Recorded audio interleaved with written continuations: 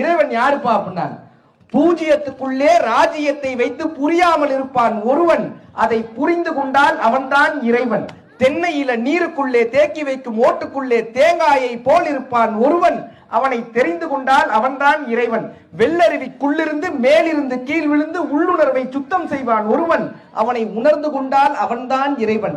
முற்றும் கசந்ததென்று பற்றறுத்து வந்தவர்க்கு சுற்றமென நின்றிருப்பான் ஒருவன், அவனை நினைந்து கொண்டால் அவன்தான் இறைவன்.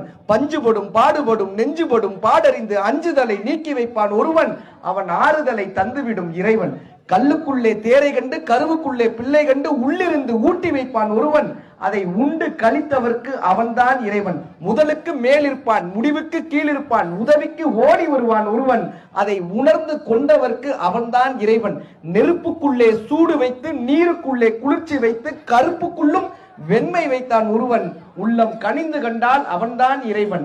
உள்ளத்தின் உள்விளங்கி உள்ளுக்குள் அடங்கி தான் உண்டென்று காட்டிவிட்டான் ஒருவன், அதை உணர்ந்து கொண்டவர்களுக்கு அவன்தான் இறைவன். 9 ஓட்டைக்குள்ளே ஒரு துளி காற்றை விட்டு சந்தையிலே விட்டுவிட்டான் ஒருவன், அவன் தடம் தெரிந்தால் அவன்தான் இறைவன்.